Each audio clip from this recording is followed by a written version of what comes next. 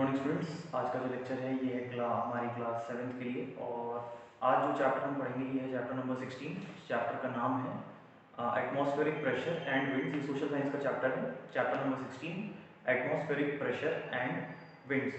सो इस चैप्टर में जो हम डिफरेंट टॉपिक्स पढ़ेंगे, सबसे पहले हम पढ़ेंगे कि एटमॉस्फेरिक प्रेशर क्या होता है। उसके बाद जो फैक्टर्स हैं जो अफेक्ट करते हैं एटमॉस्फेरिक प्रेशर को, वो हम पढ़ेंगे। उसके बाद हम पढ़ेंगे planetary winds, periodic winds, pressure belt और लोकल विंड्स।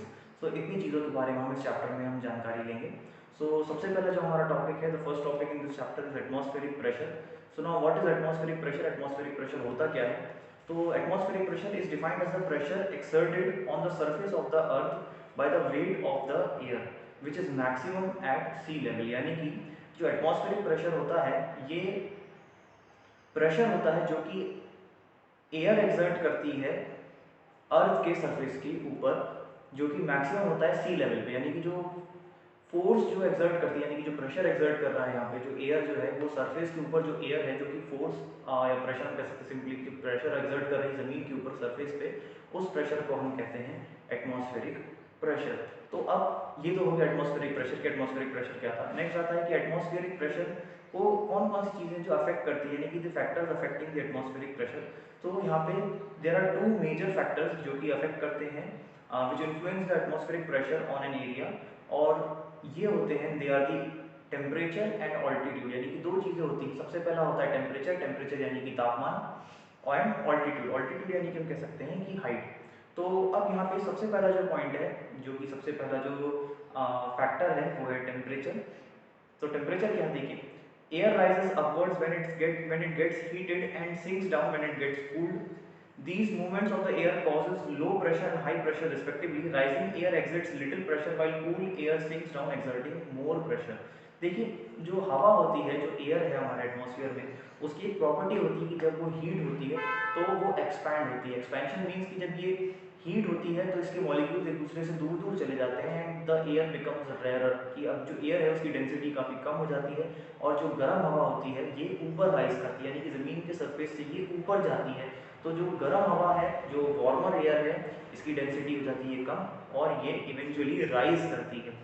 वहीं जब ये टेम्परेचर लूज कर देती है, जब ठंडा हो जाता है मौसम, जब ये टेम्परेचर लूज करती है, तो इसी के बिल्कुल ऑपोजिट होता है कि जब ये ठंडी होने पे ये गैसेस कॉन्ट्रैक्ट होती है, यानी कि इसके जो मॉलिक्यूल्स है वो एक दूसरे के पास आते हैं, और जो एयर है इट बिकम्स डेंसर, ये डेंसर हो जाती है, यानी कि इसकी जो घनिष्ठता है वो बढ़ जाती है, और ये जो घनत्व है वो बढ़ जाता है, और ये जो है ये नीचे आना शुरू हो जाती है। और जब ये ऊपर जा रही थी तो सीधी सी बात है ये ऑपोजिट जा रही है अर्थ सरफेस के, तो उस टाइम पे जो एटमॉस्फेरिक प्रेशर होता है वो रिड्यूस हो जाता है। लेकिन जब ये नीचे आती है, जब ये नीचे आ रही है, तब जो है एटमॉस्फेरिक प्रेशर बढ़ जाता है। तो इस तरीके से जो गर्म हवा है, जो वार्मर एयर है, it exerts less atmospheric pressure, whereas the cool air or the cold air exerts more atmospheric pressure on the earth surface. सो ये यहाँ पे जो पॉइंट था टेम्परेचर से रिलेटेड ये था। नेक्स्ट होता है हमारा ऑल्टीट्यूड, यहाँ पे कि ऑल्टीट्यूड किस तरीके से अफेक्ट करता है एटमॉस्फेरिक प्रेशर को। We have studied that the air becomes thinner and less dense as one goes upwards in the atmosphere. देखिए, जैसे जैसे हम ऊपर जाते जाते हैं ज़मीन के सरफेस से, हम जैसे जैसे हाइट बढ़ती जाती है सरफेस से, अर्थ सरफेस से, तो जो एयर है वो थिनर होती जाती है, यानी कि जो एयर की जो लेयर्स हैं इट बिकम्स थिनर। तो this means that pressure also decreases with an increase in altitude. तो जैसे जैसे अगर हम ऊपर जाते जाएंगे, ऑल्टीट्यूड बढ़ता जाएगा, दैट मीन्स कि हम हाइट बढ़ाते जाएंगे, तो जो एटमॉस्फेरिक प्रेशर है ये भी लगातार गिरता जाता है। The instrument use for measuring atmospheric pressure is called barometer, और इस प्रेशर को मेजर करने के लिए जो इंस्ट्रूमेंट का हम यूज करते हैं यहाँ पे वो होता है barometer. It is measured in units called millibars, और जो यूनिट यहाँ पे यूज होती है एटमॉस्फेरिक प्रेशर को मेजर करने की उसको हम कहते हैं मिली बार्स। तो ये थे हमारे दो टॉपिक यहाँ पे। नेक्स्ट टॉपिक आता है, ये आता है pressure belts. Now what is pressure belt? The rising warm air in certain regions and sinking cold air in other region produces alternating high pressure and low pressure belts on the surface of the earth. These pressure belts are not permanent and keep shifting north and south with the movements of sun by 10 degrees. देखिए, pressure belt आपको इसके नाम से ही काफ़ी हद तक समझ में आ रहा होगा कि यानी कि एक जोन जो है जिसके अंदर एक प्रेशर एक्सर्ट हो रहा है। अब ये जोन जो है ये ठंडी और गर्म हवा के मिलन से होता है, यानी कि जब ये दो हवा आपस में मिल जाती हैं, या जहाँ पे एक कोल्ड एयर रीजन और एक हॉट एयर रीजन का जो एरिया जनरेट होता है उस वजह से ये जो है एरिया जो है वो जनरेट होता है, या प्रेशर बेल्ट जो है जनरेट होता है। दीज प्रेशर बेल्ट्स भी परमानेंट नहीं होते, क्योंकि जहाँ पे टेम्परेचर राइज हुआ तो वहाँ पे डाउन भी होगा, और जहाँ टेम्परेचर डाउन है वहाँ राइज भी होगा, तो ये परमानेंट नहीं होते। दीज प्रेशर्स ये एक जो है ये शिफ्ट होते हैं फ्रॉम नॉर्थ टू साउथ, यानी कि नॉर्थ तरफ से ही साउथ तरफ जो है इनका डायरेक्शन होता है with the movements of sun by 10 degree. जैसे ही सन 10 डिग्री मूव करता है तो उस हिसाब से इनका जो डायरेक्शन है वो नॉर्थ टू साउथ जो है वो शिफ्ट हो जाता है। नेक्स्ट हमारा टॉपिक है इक्वेटोरियल लो प्रेशर बेल्ट। अब इक्वेटोरियल लो प्रेशर बेल्ट यानी कि जो इक्वेटर है, इक्वेटर लाइन जो हमारे अर्थ के सेंटर से पास होती है पूरे अर्थ के, वहाँ पे जो लो प्रेशर बेल्ट बनते हैं, अब हम उनके बारे में पढ़ेंगे। लो प्रेशर बेल्ट यानी कि वो एरिया या वो जोन, या हम सिंपली कह सकते हैं वो बेल्ट जहाँ पे जो एटमॉस्फेरिक प्रेशर है वो काफ़ी कम रहता है। The equatorial low pressure belt covers the area around the equator extending from 5 degree north to 5 degree south. ये जो है लो प्रेशर बेल्ट ये कवर करता है हमारी इक्वेटर को extending from 5 degree north to 5 degree south. ये इसका मेजर है कि 5 डिग्री नॉर्थ और 5 डिग्री साउथ ये कवर करता है इक्वेटर को। Behind the torrid zone this area receives maximum sunlight thereby heating up the air. यहाँ पे जो है इस जोन पे मैक्सिमम सनलाइट जो है वो आती है। सनलाइट आने से ये होगा कि यहाँ का जो एयर है वो गर्म हो जाएगी, इसलिए यहाँ पे जो हवा है वो काफ़ी गर्म हो जाती है सनलाइट की वजह से। The hot air then rises vertically upwards, creating a low pressure belt. There is no surface movement of winds in this belt, and thus it is also referred as the doldrums. यहाँ पे जो हवा है वो सूरज की जो heat है, जो सूरज की रोशनी है उसकी जो हीट है, सनलाइट जो हीट मिल रही है उससे वो गर्म हो जाती है। और मैंने आपको ये बताया था कि टेम्परेचर की वजह से अगर हाई टेम्परेचर है तो एयर जो है वो गर्म हो जाएगी और वो राइज हो जाएगी। अब एयर जब राइज हो जाती है तो जहाँ पे ये जो बेल्ट बन रहे हैं, यहाँ पे इक्वेटोरियल बेल्ट जो बन रहे हैं, यहाँ पे ड्यू टू टेम्परेचर यहाँ पे एक लो प्रेशर एरिया क्रिएट हो जाता है। यहाँ पे जो लो प्रेशर एरिया क्रिएट होता है यहाँ पे उस वजह से कोई खास ज़मीन पे हवा चलने की या आंधी या तूफान चलने जैसा कोई भी सीन नहीं रहता है, ऐसा यहाँ पे कुछ नहीं होता है। इसी वजह से इसको जो है इसको डॉल्डर्म्स भी कहा जाता है। सो ये हो गया हमारा नेक्स्ट टॉपिक। नेक्स्ट है हमारा सब ट्रॉपिकल हाई प्रेशर बेल्ट्स।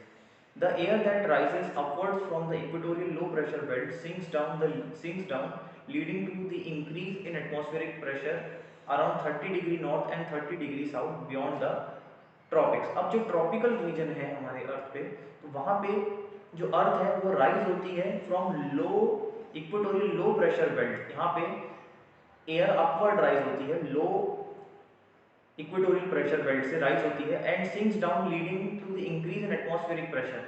और यहाँ पे राइज होने के बाद ये सिंक भी हो जाती है। सिंक होने की वजह से जब आपको पता है कि टेम्परेचर अगर रिलीज होगा तो यहाँ पे गैस हैवी हो जाएगी, यानी कि एयर हैवी हो जाएगी और वो यहाँ पे एटमॉस्फेरिक प्रेशर को इंक्रीज कर देती है। और जो एटमॉस्फेरिक प्रेशर इंक्रीज होता है वो होता है अराउंड 30 डिग्री नॉर्थ से लेके 30 डिग्री साउथ तक होता है बियॉन्ड ट्रॉपिक्स, यानी ट्रॉपिक्स के आगे तक जो है ये होता है। There is no surface movement of wind in this belt and is also known as horse latitudes. और यहाँ पे भी जो टेम्परेचर जो यहाँ पे जो टेम्परेचर लूज हुआ जिस वजह से प्रेशर यहाँ पे बढ़ा, तो उसकी वजह से भी यहाँ पे कोई भी जो है हमको यहाँ पे सरफेस मूवमेंट जो है विंड का हमको यहाँ पे देखने को दिखाई नहीं देता है। इसी वजह से इसको जो है इस बेल्ट को जो है हॉर्स लैटिट्यूड्स भी हम कहते हैं।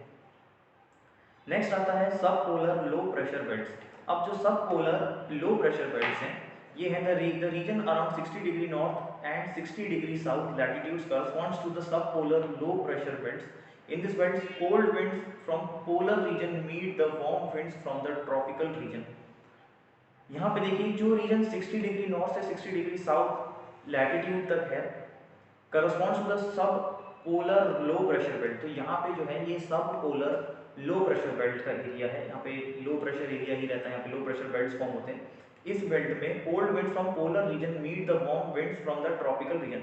देखिए जो पोलर रीजन्स हैं वो वहाँ पे हमारे हमको पता है कि ये सबसे सर्द जगह हैं हमारे अर्थ की। यहाँ पे बर्फ़ पाई जाती है, बहुत सारे ग्लेशियर्स पाए जाते हैं। तो यहाँ पे जो हवा होगी वो टेम्परेचर अपना लूज कर चुकी होती है, वो काफ़ी कोल्ड होती है। तो यहाँ से जो विंड्स जो उठती हैं और जब ये जाके ट्रॉपिकल एरिया पे मिलती हैं तो यहाँ पे ये ट्रॉपिकल एरिया जो है वो गर्म है as compare to the polar regions. तो यहाँ पे जो गर्म हवा और ठंडी हवा यहाँ पे आपस में मिलती हैं।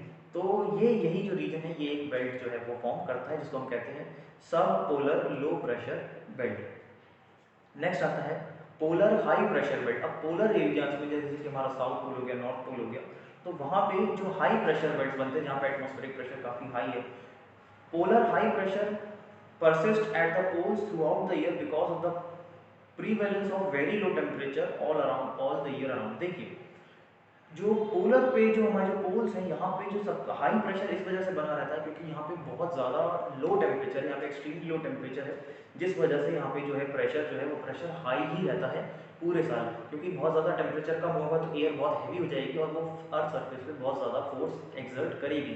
तो जब फोर्स ज़्यादा एक्सर्ट होगा तो वो सीधी सी बात है कि वो एक हाई प्रेशर जोन या हाई प्रेशर बेल्ट के फॉर्म में कन्वर्ट हो जाएगा। In factors both the factors thermal and dynamic operate the poles।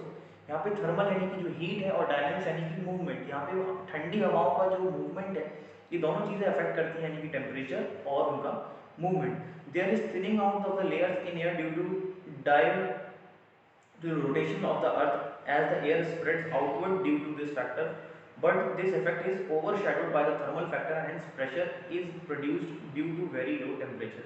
यहाँ पे देखिए जो एयर है उसका मूवमेंट होता है और ये एयर थिन भी होती है क्योंकि जो अर्थ का जो मूवमेंट है, अर्थ जब घूमती है तो ये इसको आउटवर्ड पुश करती है, लेकिन उससे भी कोई खास इफेक्ट नहीं होता है क्योंकि यहाँ पे जो थर्मल फैक्टर है वो सबसे ज़्यादा है, क्योंकि यहाँ पे टेम्परेचर बहुत ज़्यादा लूज है और बहुत ज़्यादा कम है टेम्परेचर, और बहुत ज़्यादा लो टेम्परेचर होने की वजह से यहाँ पे जो प्रेशर है वो हर समय बहुत ज़्यादा हाई रहता है।